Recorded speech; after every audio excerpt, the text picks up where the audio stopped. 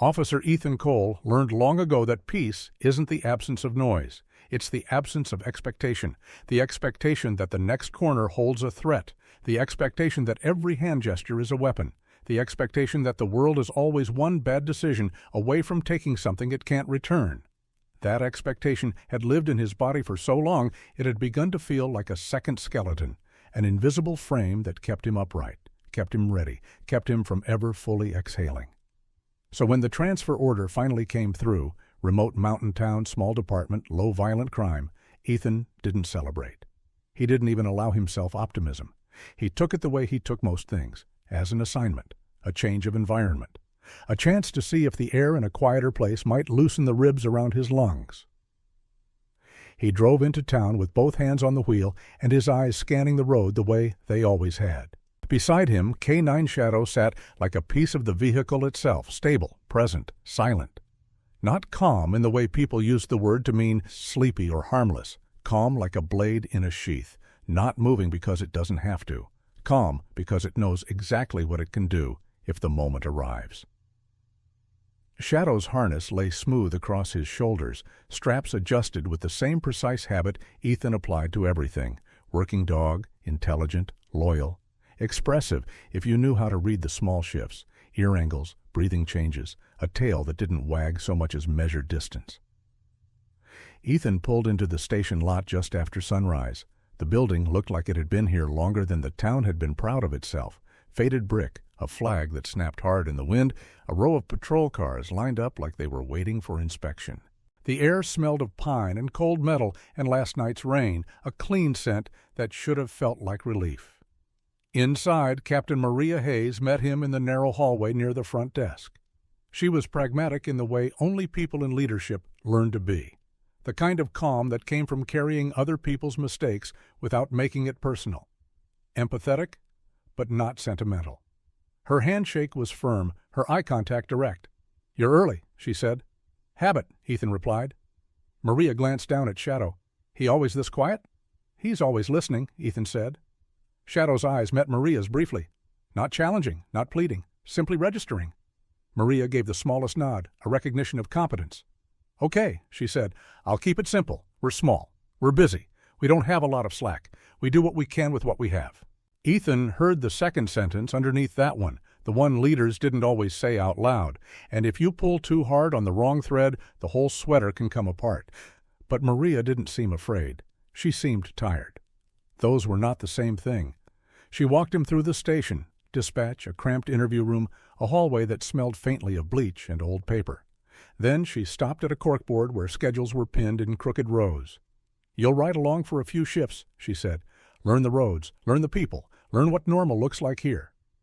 Ethan nodded. Understood. Maria's gaze held on him a fraction longer.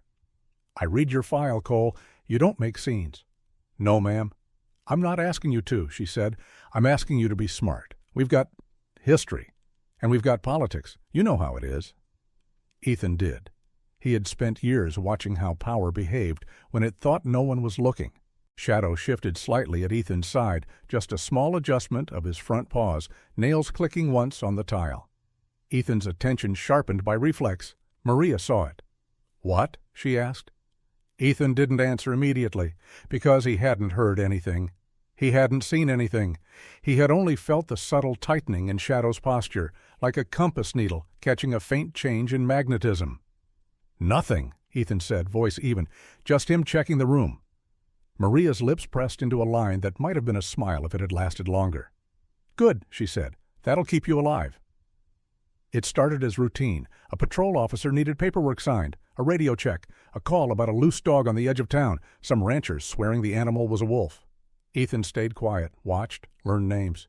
He didn't try to force familiarity, didn't take up too much space. And then, during what should have been a forgettable encounter, one of those roadside stops that departments called community presence and citizens called being watched. Shadow's body changed. It was immediate, not a lunge, not a bark, not the kind of dramatic alert that made civilians step backward. Shadow simply stopped moving. His head lifted, his nostrils flared once, small, controlled. His ears rotated forward and locked, as if sound had become a rope and he had grabbed it. Ethan felt the shift through the leash before he even looked down. They were standing near a patrol car with its driver's door open. Another officer, one Ethan hadn't met yet, leaned against the hood talking to Maria. The officer's uniform was clean enough, pressed enough, nothing visibly wrong. But Shadow was not looking at the badge. Shadow was smelling the fabric. Ethan's gaze moved to Maria's face, searching for a cue. Maria didn't see it at first. She was focused on the conversation. The other officer laughed at something he'd said, a short laugh like he'd practiced it in mirrors.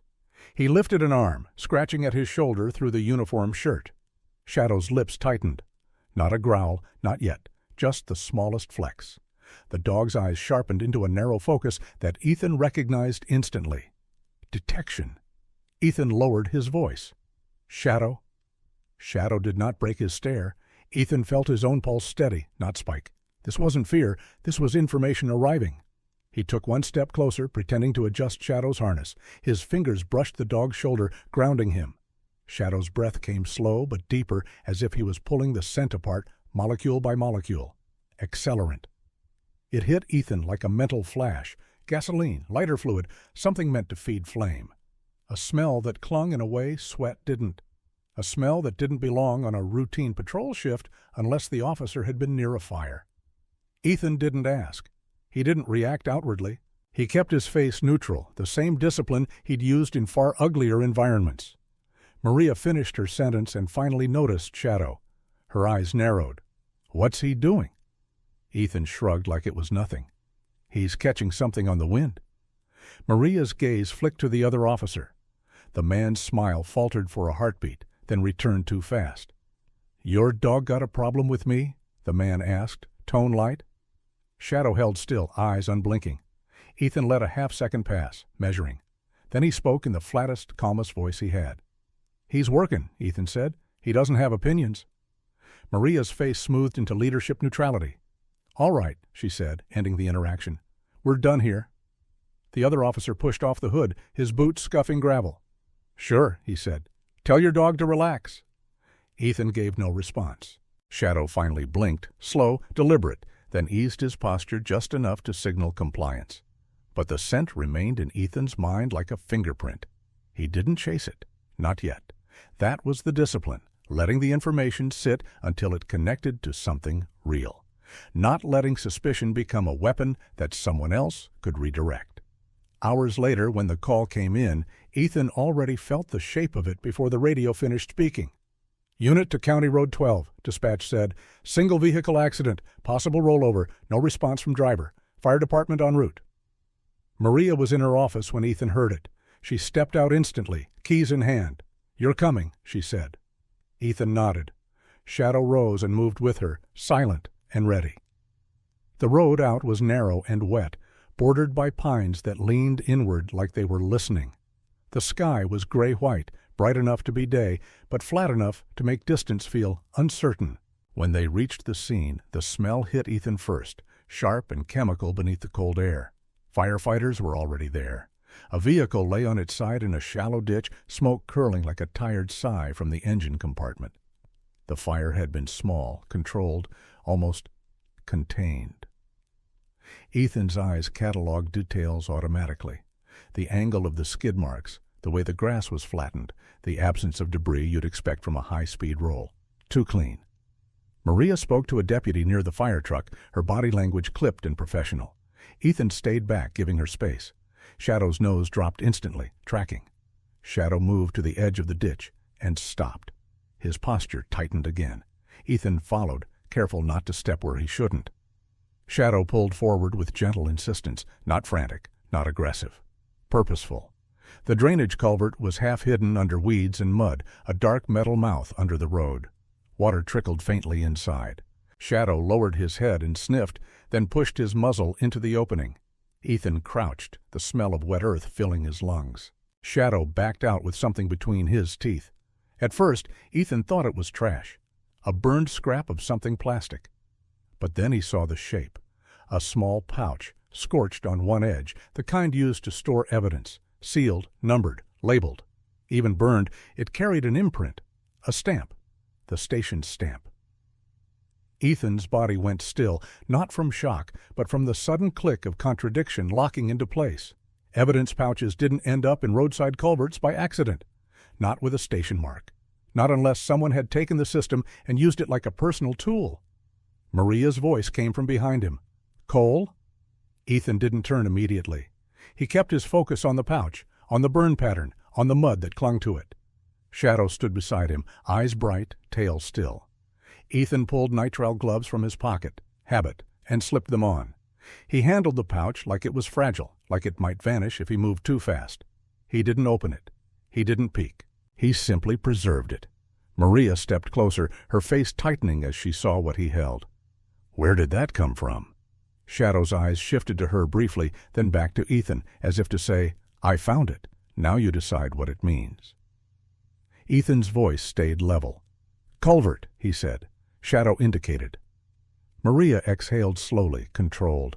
"Bag it." Ethan didn't miss the irony of her words. He placed the evidence pouch into a clean secondary bag, sealed it, wrote the time with a steady hand. Chain of custody began right there, in the cold mud, because Ethan knew this wasn't just about what the pouch contained. It was about whether the truth would survive the people who wanted it gone. Back at the station, the accident became closed faster than it should have. The report was drafted with the kind of speed that didn't come from efficiency. It came from eagerness to be done. Maria's jaw stayed tight as she read it. Ethan watched her, not pushing, not questioning out loud. Shadow lay at Ethan's feet in the hallway, head on his paws, eyes open. When Maria finally looked up, her expression was the careful face leaders wore when they were choosing between two bad options. "We're not talking about this in the open," she said quietly. Ethan nodded. "Understood." Maria's gaze flicked to the evidence bag in Ethan's hand. "Secure it." "I will." "Cole," she added, voice lower, "be smart." He met her eyes. "Always." Ethan didn't go hunting. That was the point. Hunting made you visible. Hunting gave people time to decide you were a threat. Instead, Ethan did what he did best. He watched. He learned the station's rhythms the way he'd learned enemy habits in other places, where the cameras faced, which hallways creaked, who stayed late, who avoided eye contact. He noted which files got requested and which ones never seemed to exist. He learned which patrol car always came back with a near-empty tank and which one never logged mileage properly. He learned the absence of things. And in those absences, he started seeing a pattern. Deputy Lucas Reed tried to make it easier by talking. Lucas had the energy of a rookie who didn't yet know how heavy a badge could be. He cracked jokes at the coffee machine. He tossed one-liners into silence like he could fill the space with humor and nobody would hear the fear underneath. But Ethan did. Ethan saw the way Lucas's laugh came a fraction too late, the way his eyes flicked to the hallway whenever a certain set of boots passed, the way he went quiet when the subject shifted to leadership. One afternoon, as Ethan reviewed intake logs at a desk that wobbled if you leaned too hard, Lucas slid into the chair beside him. "You ever think you picked the worst town in America to be drama?" Lucas asked, forcing a grin. Ethan didn't look up. "Drama follows people who feed it." Lucas's grin faltered. "Yeah," he said. "Well, some people around here, they feed it whether you want it or not."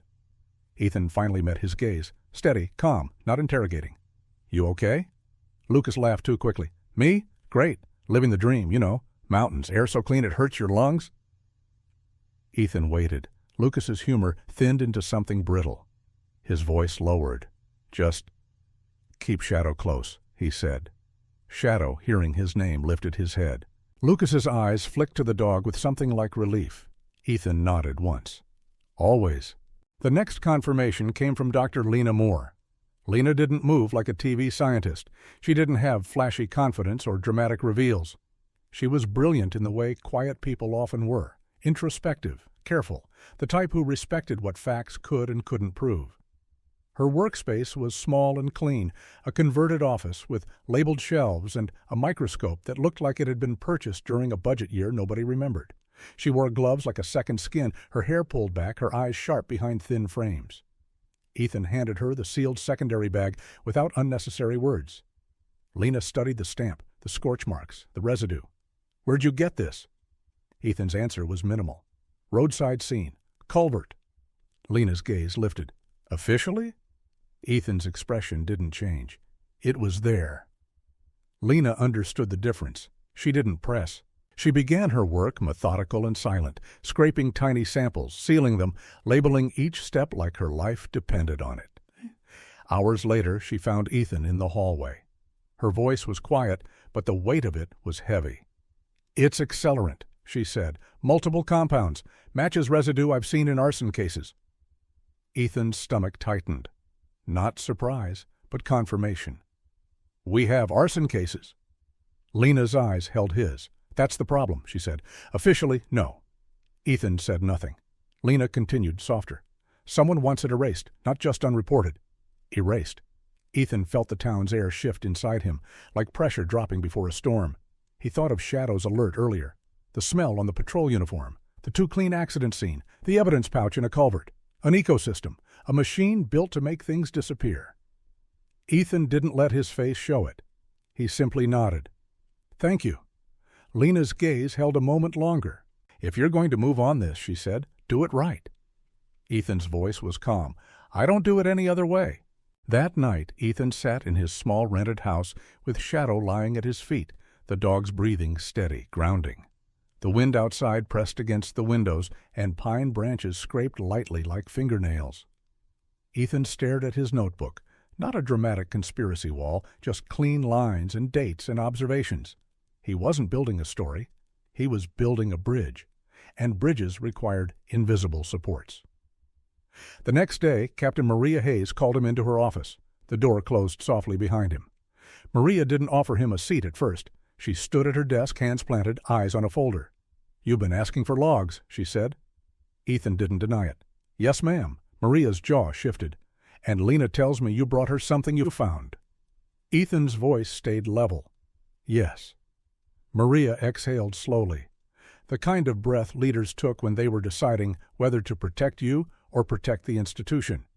"I'm not telling you to stop thinking," she said. "I'm telling you to stop moving." Ethan's eyes stayed on her. "Ma'am," Maria lifted a hand, palm out. "Listen, jurisdiction matters, authority matters. If you step wrong, you don't just lose your case, you become the case." Ethan absorbed that without flinching. Maria continued, quieter now.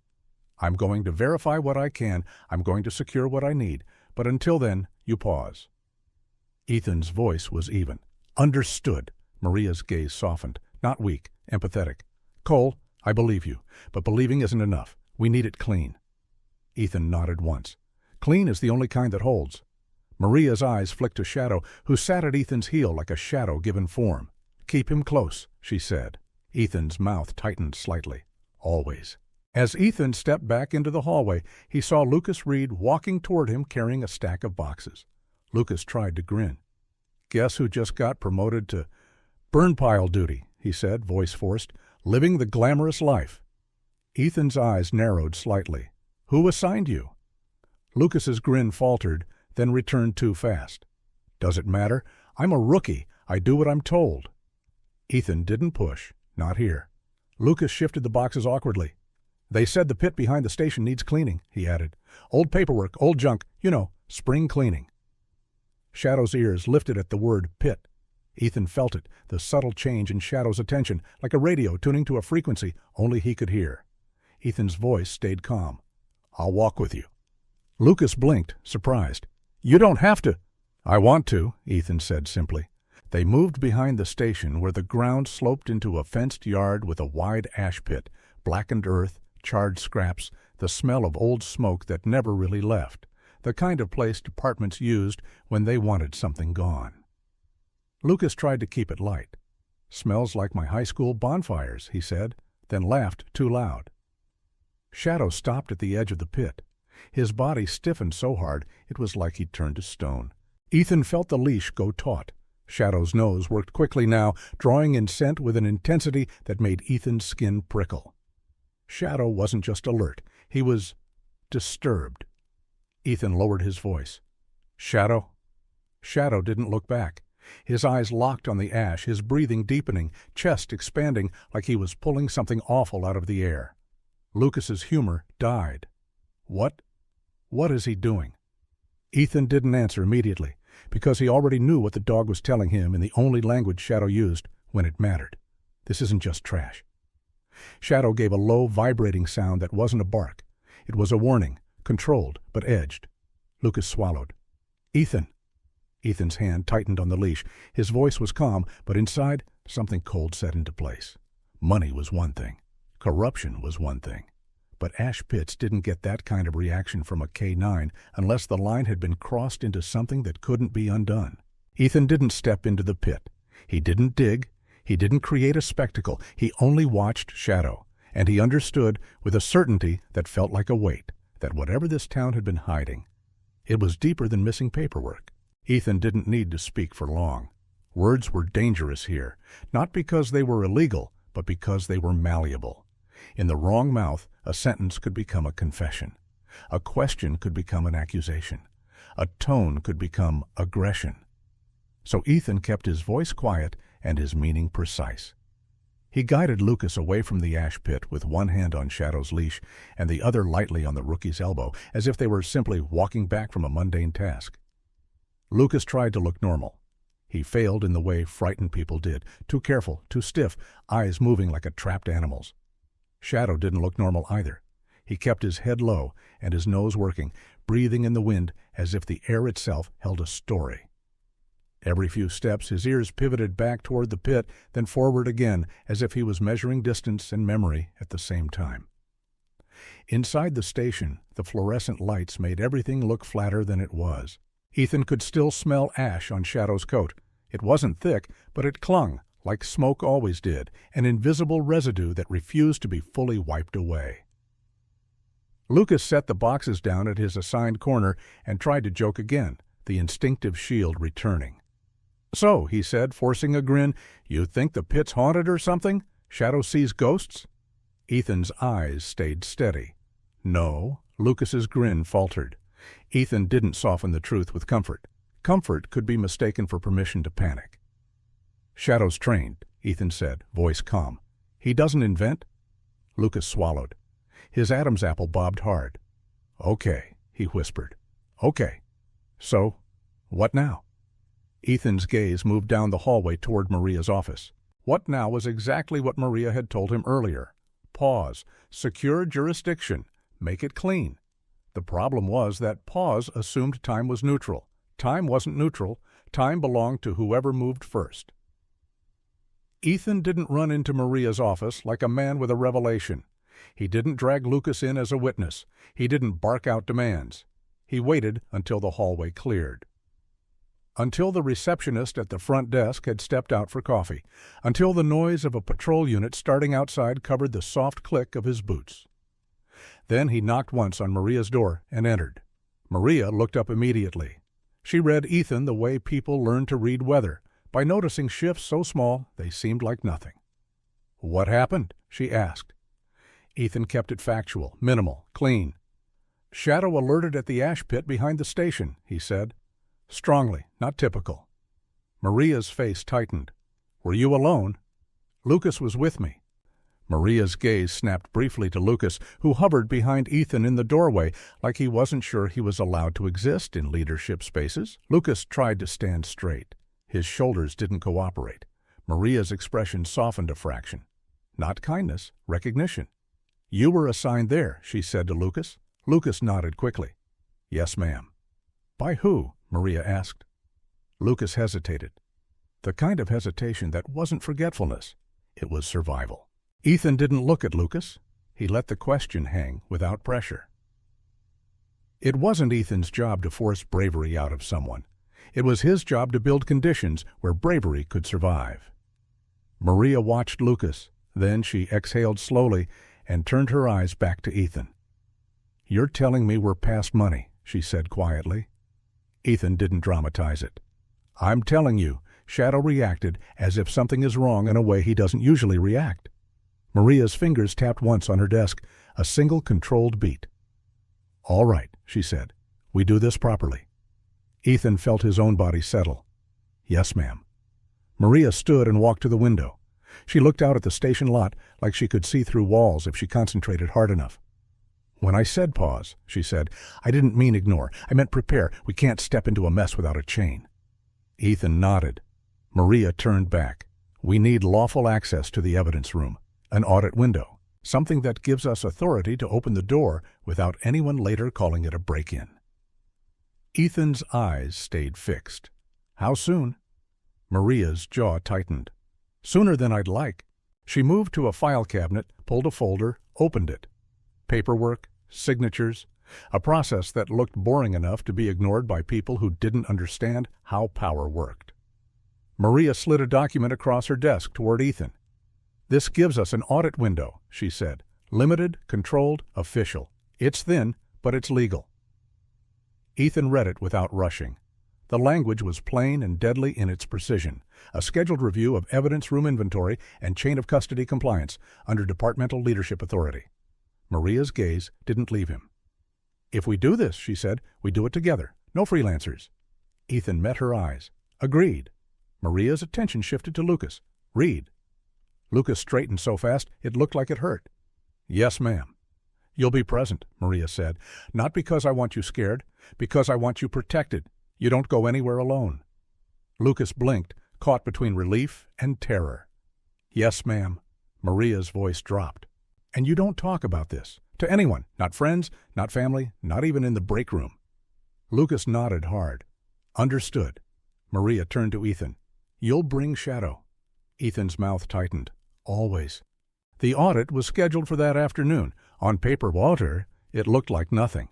A leadership compliance check, the kind of thing that made officers roll their eyes and go back to their patrol routes. In reality, it was a knife held sideways, quiet, controlled, designed to cut without splashing. Dr. Lena Moore met them in the hallway 10 minutes before the window. She carried a small case with sealed sample vials, each labeled in neat handwriting. Her expression was composed, but Ethan could see the intensity beneath it, her mind already building connections, already preparing to preserve what others would try to smear. You're sure about doing this now? Lena asked Maria. Maria's voice stayed pragmatic. If we wait, we give them time. Lena's gaze flicked to Ethan. And your chain of custody? Ethan tapped the folder in his hand. Clean, Lena nodded once. Then I'm in. Lucas hovered at the edge of the group, shifting his weight like a man who wished he could fold himself into the wall. Shadow sat at Ethan's heel, still, eyes alert, reading every face and every hallway scent. Maria checked her watch. Let's go, she said. They walked down the corridor toward the evidence room. It was a plain door with a keypad. No dramatic vault, no steel bars, just paint and a small sign. Evidence. Authorized personnel only. That was how most dangerous things were disguised in the real world. Ordinary, forgettable, protected by people's tendency to trust systems. Maria entered the code. The lock clicked. The door opened. The room smelled like paper and old plastic, and underneath it, something faintly sour like a building that had been too sealed for too long. Shelves lined the walls, boxes stacked in rows, tags hanging like small white tongues. Evidence wasn't dramatic here. It was banal. It was the accumulation of human mistakes, sealed and labeled. Maria stepped inside first, clipboard in hand, posture firm. Start inventory, she said. Lena moved toward the shelves where sealed kits were stored, her eyes scanning for patterns. Spaces too clean, boxes too new, gaps where something had been removed. Lucas hovered near the door, nervous. Ethan stepped in last, keeping Shadow close. Shadow's nose lifted. He inhaled slowly, then turned his head toward one corner of the room where the air seemed heavier. Ethan felt the leash tighten slightly. Not panic, direction. Ethan didn't follow immediately. He stayed with the group, kept the scene normal. Maria began reading numbers aloud. Lena checked tags. Lucas wrote. It was almost peaceful, if you ignored the fact that their calm was a thin layer over a deeper threat. 5 minutes in, Ethan heard it. A sound so small it might have been nothing, the soft click of the door behind them. Ethan turned his head slightly. The keypad light blinked once. Then the lock engaged. Maria froze. Not dramatically, just a pause, a stillness that belonged to someone whose brain had instantly shifted from administration to survival. Lucas's pen slipped from his fingers and clattered against the floor. Lena's head snapped up. Ethan walked to the door and tested the handle once. It didn't move. He didn't yank. He didn't slam. He didn't waste energy performing fear. He pressed the keypad. Nothing. Maria stepped closer, voice controlled. Who closed it? No one answered, because no one had to. The question wasn't who. The question was, why now? Ethan listened. At first, there was only the hum of fluorescent lights. Then, faintly through the wall, something else. A low crackle. A sound like paper learning what fire meant. Lena's eyes widened. Do you smell that? Ethan didn't answer. He already did. His training had cataloged it the way it had cataloged everything else. Smoke. Not thick yet, just the first threads of it, slipping beneath the doorframe like a warning. Lucas's voice broke. Oh my God! Maria's jaw clenched. We need out, now. Ethan's voice stayed calm. Everyone breathe. Lucas stared at him like calm was a foreign language. Ethan continued, low and steady. Short breaths. Stay together. Shadow rose, muscles taut, ears forward. His eyes locked on the shelves, then the floor, then the corner. He moved, not in a rush. In a direct line, like he knew the room was a puzzle and he had already found the seam. Ethan followed with the leash, keeping it short. Maria's voice sharpened. Cole, what are you doing? Ethan didn't turn. Following Shadow. Lena moved with him instantly, her fear controlled but present. Maria followed, clipboard forgotten. Lucas trailed, stumbling once, then catching himself. Smoke thickened. It crawled along the ceiling, a dark veil that began to swallow the fluorescent lights. The room shifted from bland to claustrophobic in seconds. Ethan's mind didn't panic. It calculated. Fire needed oxygen. Evidence rooms held paper. Paper fed flame. The goal wasn't to kill them with heat. The goal was to destroy records. And if they happened to die in the process, well, accidents happened. Shadow stopped at the far wall, nose pressed to a section of shelving. He sniffed along the base, then pawed once at the bottom edge. Metal, a seam. Ethan crouched, eyes scanning. Behind the shelf, near the floor, there was a narrow panel, painted the same color as the wall, nearly invisible unless you knew how to look for spaces that didn't belong. A maintenance hatch. Ethan's heart stayed steady.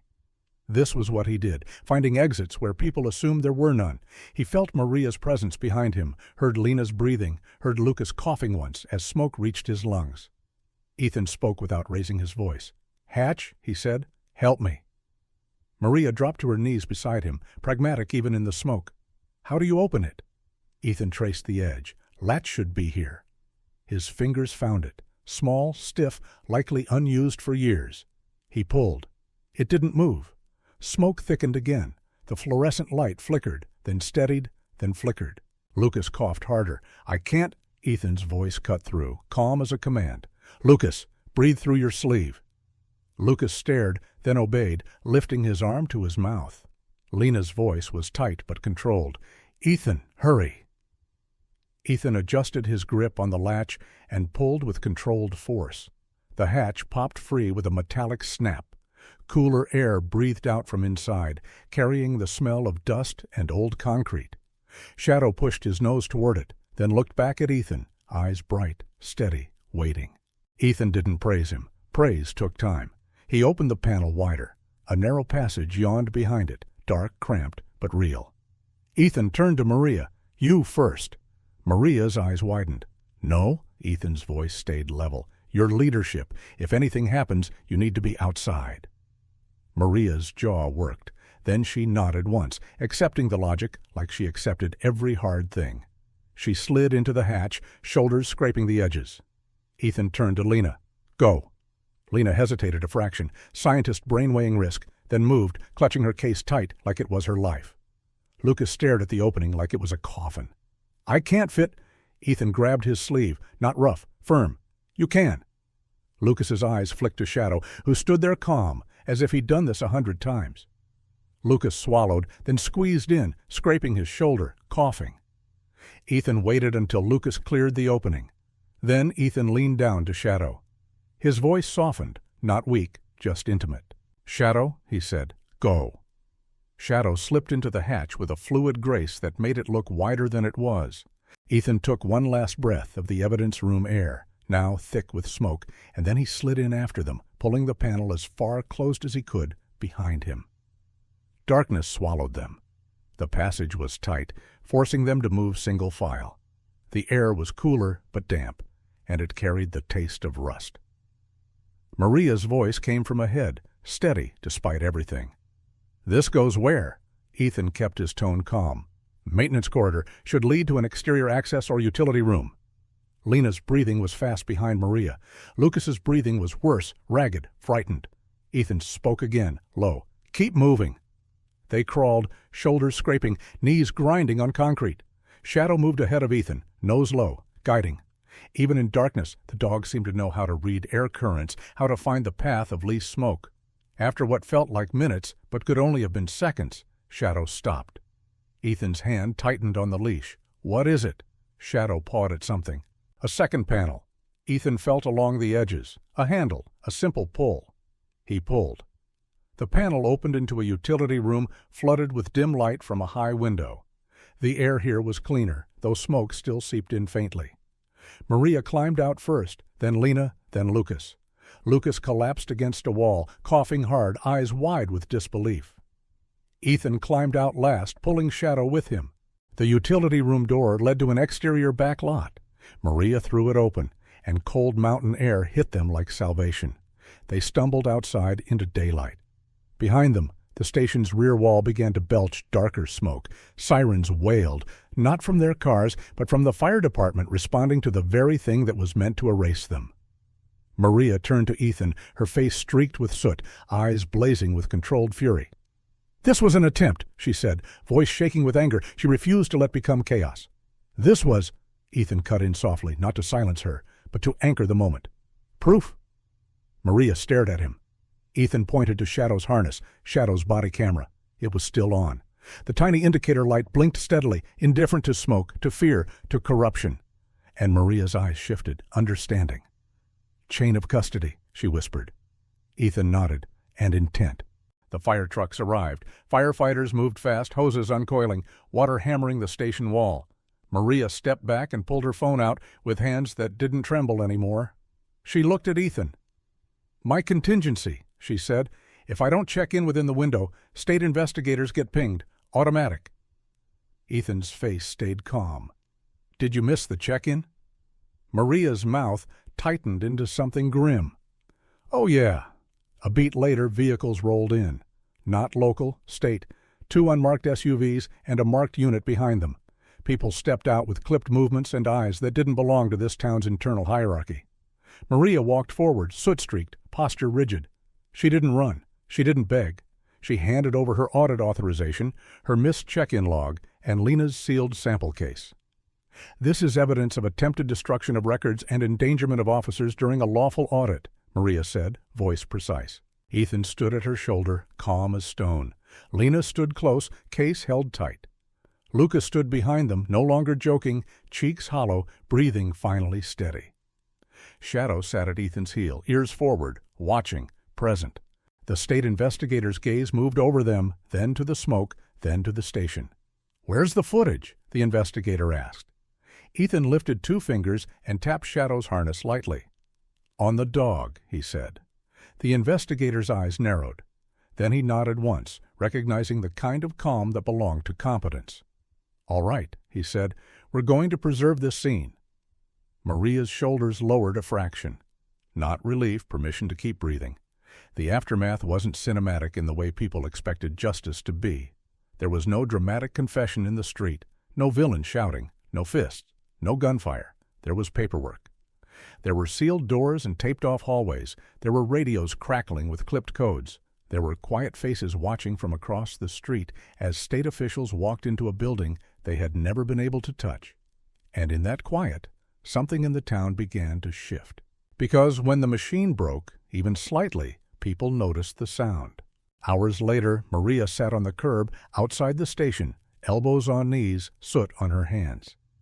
Ethan stood nearby with Shadow. Lena stood beside Lucas, checking his pupils and making him drink water like she was half scientist, half older sister. Lucas finally spoke, voice raw. "They were going to—" Maria's gaze lifted. "Yes," she said. "They were." Lucas swallowed. Because of paper. Ethan answered, voice calm. Because paper is proof. Proof is power. Lucas stared at him. And you stayed calm. Ethan looked down at Shadow. The dog's amber eyes met his. Ethan's voice softened slightly. That's what keeps people alive. Maria watched Ethan for a long moment. Then she nodded. You didn't make a scene, she said. Ethan's mouth tightened. I made a record. Lena's eyes flicked to Shadow. And the record made it out. Shadow's tail thumped once as if he understood the compliment and accepted it without needing more. By evening, the fire was contained. The damage was visible. Charred walls, wet floors, the smell of smoke thick in the air.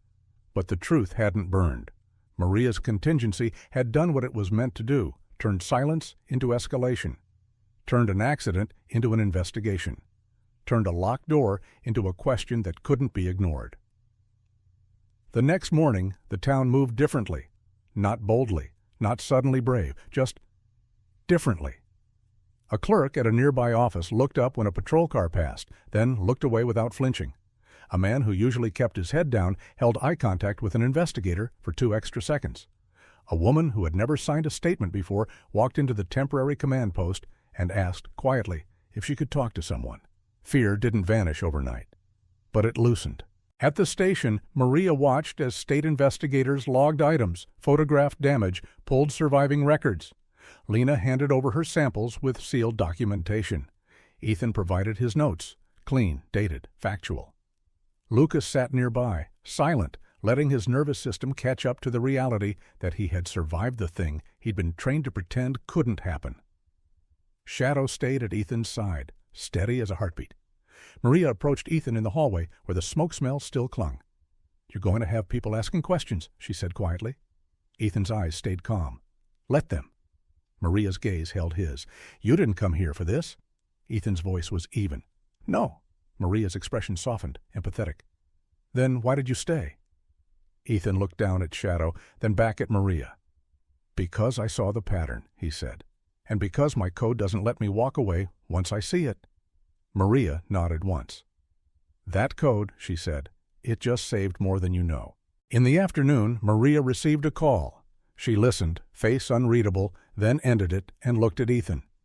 They're making arrests, she said. Ethan didn't ask who. He already knew the who didn't matter as much as the how. Maria exhaled. And they're requesting your full chain of custody documentation. Ethan nodded. They'll have it. Lena stepped closer. So will they believe us, she asked, not as fear, but as a scientist aware of how systems protected themselves. Ethan's voice was steady. Belief isn't required, he said. Evidence is. Lucas let out a slow breath, like he'd been holding it for months. Outside, the town watched, not cheering, not protesting, watching like people who had lived too long under the wrong kind of control. Ethan stood beside his truck later, hand on Shadow's harness, feeling the dog's warmth through the straps. For the first time since arriving, Ethan felt the shape of quiet returning, not as denial, but as something earned. Maria walked up beside him. You're staying? She asked. Ethan looked at the mountains, the pine line, the clear, cold sky. He thought of what he had come here for. Then he thought of what he had just done. I'm not running, he said. Maria nodded, satisfied. Good. Lena offered a small, tired smile. And Shadow? Ethan's hand rubbed behind Shadow's ear. He's always been ready. Shadow leaned into Ethan's leg, expression calm, eyes bright. Lucas approached with a paper cup of coffee, holding it out like a peace offering. His usual joke didn't come. Thanks, he said quietly, for not leaving me alone. Ethan took the cup. That's the job. Lucas swallowed. Yeah, he whispered. Maybe it should be. Ethan's gaze stayed on him for a moment, steady, not judging. Then he nodded once. It can be, he said. And that was the town's shift in miniature. Not thunder, not fireworks. Just a single person realizing the rules had changed. The station didn't belong to itself anymore. That was the quiet truth Ethan felt as he walked its hallway the next morning. Not because it was under tape or supervision, though it was, but because the gravity had changed. Power had shifted hands, and with it, the way people breathed. The fluorescent lights hummed the same way they always had. The floors still bore the same scuffs. The bulletin board still listed shifts and reminders in curling paper. But the silence was different. It wasn't the old silence, the kind that pressed down, heavy with things unsaid. This one hovered, tentative, like a room after a storm when everyone is waiting to see what's still standing. Ethan moved through it with Shadow at his side, the leash slack, the dog's presence steady. Shadow's gait was unhurried, confident, his eyes scanning out of habit rather than alarm. Whatever tension had knotted inside him over the last days had loosened, not disappeared, but softened. Captain Maria Hayes stood near the front desk, speaking with 2 state investigators. Her posture was straight, her voice measured. She wasn't performing authority. She was exercising it carefully and without apology. When she noticed Ethan, she excused herself and walked over. "They'll want your formal statement," she said. "You can do it now or later." Ethan nodded. "Now's fine." Maria studied him for a moment, then glanced down at Shadow. "He did good." Ethan's hand brushed the dog's shoulder. "He always does." The interview room felt smaller than it had before. Same metal table, same bolted chairs, but the air was cleaner. The investigator asked questions the way professionals did, chronological, precise, without fishing for drama. Ethan answered the same way. He described the scent alert, the pouch in the culvert, the audit authorization, the locked door, the fire, the hatch. No embellishment, no anger. When asked why he hadn't confronted anyone earlier, Ethan paused, not because he didn't know, but because he wanted the answer to land cleanly. "Because confrontation would have warned them," he said. "I wanted proof that could stand without me." The investigator nodded, writing. "And the dog?" he asked. Ethan glanced at Shadow, who lay at his feet, chin on paws, eyes open. "He's trained to detect," Ethan said, "and to trust me when I tell him to wait." The investigator's pen stilled for half a second. Then he continued. By midday, the station felt like a place being relearned. Dr. Lena Moore worked with quiet intensity, her samples logged, photographed, duplicated. Her face was tired, but her hands were steady. Science didn't need courage in the way people thought it did. It needed patience and protection. Deputy Lucas Reed sat at a desk near the window, filling out a statement. He stopped once, stared at the paper like it might disappear, then continued writing. Ethan watched him from across the room. Lucas wasn't joking today. He wasn't trying to make the moment lighter. He was doing something harder. He was telling the truth. When Lucas finally stood and walked his statement over to the investigator, his shoulders shook just slightly. The man took the pages, nodded, and said nothing more.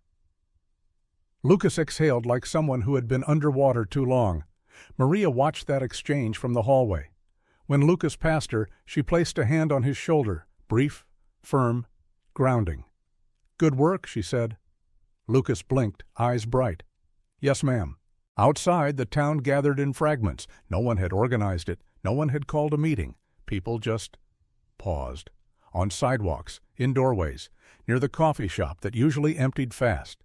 They watched state vehicles come and go. They watched unfamiliar uniforms move with purpose. They watched doors that had always been closed stay open just a little longer. Fear didn't evaporate. It never did. But it cracked. And through those cracks, other things began to appear. Curiosity, relief, the fragile first edge of trust.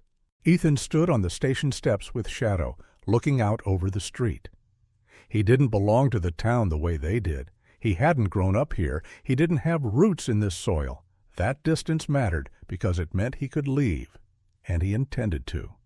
Maria joined him, hands in her pockets, eyes following the line of the road. "They're offering you commendation," she said. "Official, state level." Ethan's mouth tightened. "No," Maria looked at him. "You don't even know what it is." "I know what it costs," he replied. Maria studied him, then nodded. "All right." She hesitated, then added, "They're also asking if you'd consider staying. Long term." Ethan didn't answer immediately. He watched a woman across the street unlock her shop door without glancing over her shoulder first. He watched a man pause mid-conversation and then keep talking when a patrol car rolled by. He felt the shape of his original reason for coming here. Quiet, distance, rest, still present. But different now. "I'll finish my transfer," he said finally. "Do my job, same as before." Maria's lips curved, just slightly. "That's not a no." Ethan gave a small shrug. "It's not a promise." Maria accepted that. "Fair?" Lena stepped out onto the steps with them, holding a paper cup of coffee that had long since gone cold. "They'll have enough," she said, "even if someone tries to stall." Ethan met her gaze. "Thank you." Lena shook her head. "Truth doesn't need gratitude," she said. "Just time." Lucas joined them, awkward as ever, hands shoved into his pockets. He started, then stopped. "I just wanted to say—" Ethan looked at him, steady. Thanks," Lucas finished, for not pushing me, or pulling me, or for letting you decide," Ethan said. Lucas nodded. "Yeah." Shadow rose and stepped closer to Lucas, sniffing once, then wagging his tail just enough to be friendly. Lucas smiled, the real kind this time. By late afternoon, the state vehicles were gone. The station settled into a quieter rhythm, not normal yet, but moving toward it. Ethan walked to his truck with Shadow at his side. The sky above the mountains had cleared into a hard blue, the kind that made distance feel possible. He opened the passenger door for Shadow, who jumped in easily and turned once before settling, nose near the open window. Maria stood a few feet away. "You did something here," she said. Ethan closed the door gently. "I witnessed something," he replied. "Then I didn't let it disappear." Maria considered that. "That's enough." Ethan nodded. He climbed into the driver's seat, hands resting on the wheel. For a moment, he didn't start the engine. He listened. No sirens, no shouting, no boots running, just wind moving through trees and the faint sound of voices carrying from down the street. The kind of quiet that didn't demand vigilance. He started the truck. As he drove out of the station lot, Ethan caught his reflection in the rearview mirror. Older than he used to be, calmer too. Not because the world was safer, but because he trusted his place in it again. Shadow's ears caught the wind, his eyes half closed, content. They drove past the edge of town, past the last row of buildings, toward the open road and the farmhouse waiting beyond it. Behind them, the town continued to adjust, not because a hero had stayed, but because a system had been forced to face itself. Truth hadn't arrived with noise or spectacle. It had arrived quietly, and it stayed.